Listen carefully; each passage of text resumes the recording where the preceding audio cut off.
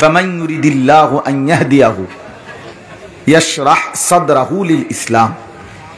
আল্লাহ তাআলা বলেন যে আল্লাহ তাআলা যাকে হেদায়েত দিতে চান তো আল্লাহই তার অন্তর, বুক, বক্ষ, ভেতরটা ইসলামের জন্য খুলে দেন। তখন সে বুঝতে শেখে, তখন সে বুঝতে শিখে।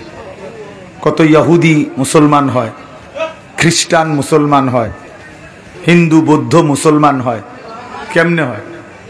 আল্লাহ চান বলে হয়।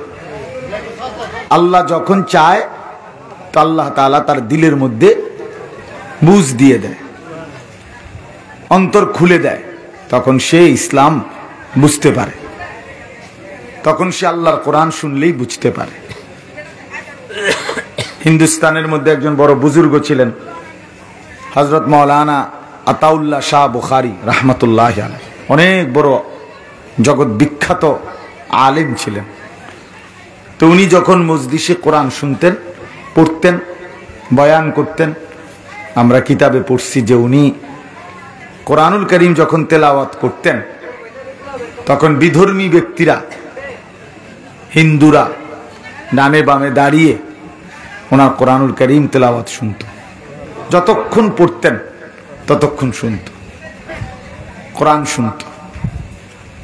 এই জন্য ভাই এটা অনেক বড় বদনসিব, দুর্ভাগ্য যে আমার পরিচয় মুসলমান, অথচ আমি আল্লাহর কোরআন যখন পড়া হচ্ছিল তখনও আমার কলিজার মধ্যে এতটুকু অনুভূতি আসে নাই যে আমার চুপ থাকা উচিত। এটা চিন্তা করে দেখেন, মুসলমানের ওই ছেলের কত বড় মন্দ কপাল, কত বড় দুর্ভাগা।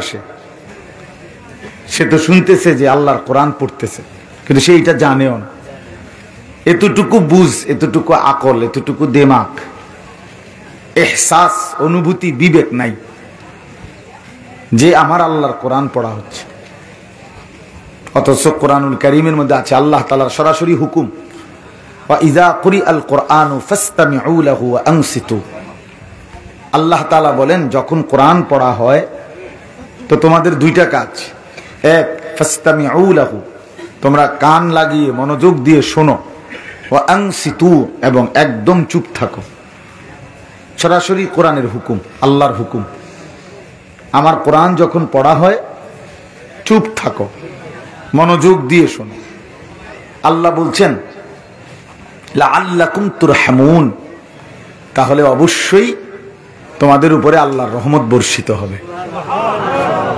তাহলে কোরআন শুনলে যে চুপ করে, কান লাগিয়ে মনোযোগ দেয়, আল্লাহর ওয়াদা যে ওই ব্যক্তির উপরে রহমত নাজিল হয়।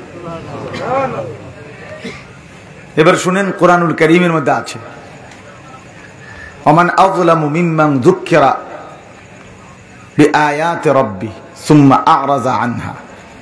আল্লাহ তাআলা বলেন আমার কোরআন যার সামনে উল্লেখ করা হয় অথচ সে তার থেকে বিমুখ, মনোযোগী না, আল্লাহ তাআলা বলে তার চাইতে বড় জালেম আর কেউ হইতে পারে না, তার চাইতে বড় বেয়াদব আর কেউ না, তার চাইতে বড় জালেম, নাফরমান, সীমা লঙ্ঘনকারী আর কেউ না। সরাসরি কোরআনের আয়াত, যে আমার আয়াত, আমার কোরআন পড়া হচ্ছে অথচ সে তার প্রতি মনোযোগী নয়। সুম্মা আ'রাদা আনহা, সে তার থেকে বিমুখ। আল্লাহ তাআলা বলেন ওটা হচ্ছে সবচেয়ে বড় জালেম। ইন্না মিনাল মুজরিমিনা মুনতাকিমুন। এরপরে বলেন আল্লাহ এমন নাফরমান থেকে আমি আল্লাহ ওয়াদা দিলাম আমি নিজে প্রতিশোধ নেব। কেমন কথা বলো ভাইয়া? আল্লাহ বলছে তোর থেকে প্রতিশোধ নেব আমি। তুই আমার কোরআনকে অবমূল্যায়ন করলা, মনোযোগ দিলা না, ঠিক আছে, তোমারে আমি দেখে ছাড়ব, তোমারে দেখে ছাড়ব। এই জন্য কোনো ব্যক্তির উপরে আল্লাহ তাআলার সবচেয়ে বড় গজব কি, আল্লাহর সবচেয়ে বড় অভিশাপ কি? তার ভাতখানা বন্ধ করে দেওয়া না, তার পেশাব পায়খানা বন্ধ করে দেওয়া না, বরং কোন ব্যক্তির উপরে আল্লাহর সবচেয়ে বড় লানত হলো তাকে আল্লাহ তাআলা আল্লাহর রাস্তা থেকে সরিয়ে দেওয়া। এটা তাফসীরে আছে। এই ছেলেরা তোমরা বুঝো ভাই, একজন হলে একজন বুঝো, আলাদা মনে রাখো।